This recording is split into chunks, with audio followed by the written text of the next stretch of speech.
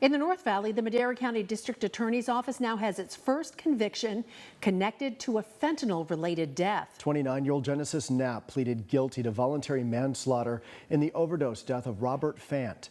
Knapp was sentenced to 11 years in prison.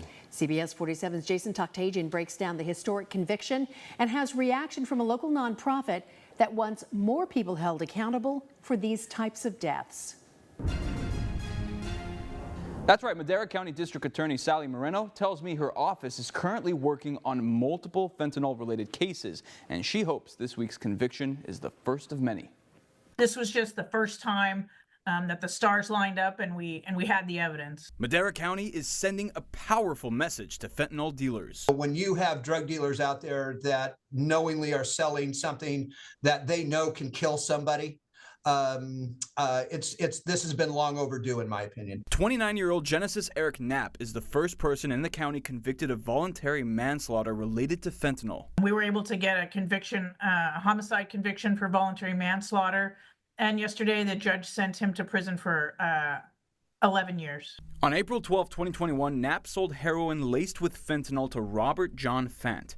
Although Knapp was aware of Fant's death, he continued to sell fentanyl. We have a few fentanyl deaths in this county every month, but it's hard to prove that the person who's dealing the fentanyl was aware of how dangerous it was. Moreno tells us how the DA's office proved Knapp was aware of his dangerous acts. In this case, some of the evidence that was significant came from social media.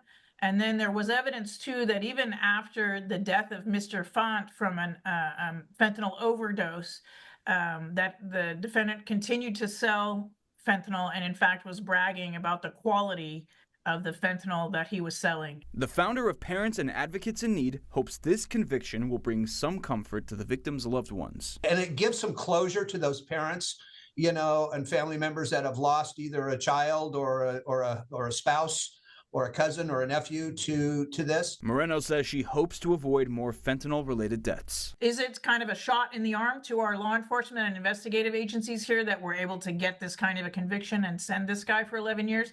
Absolutely.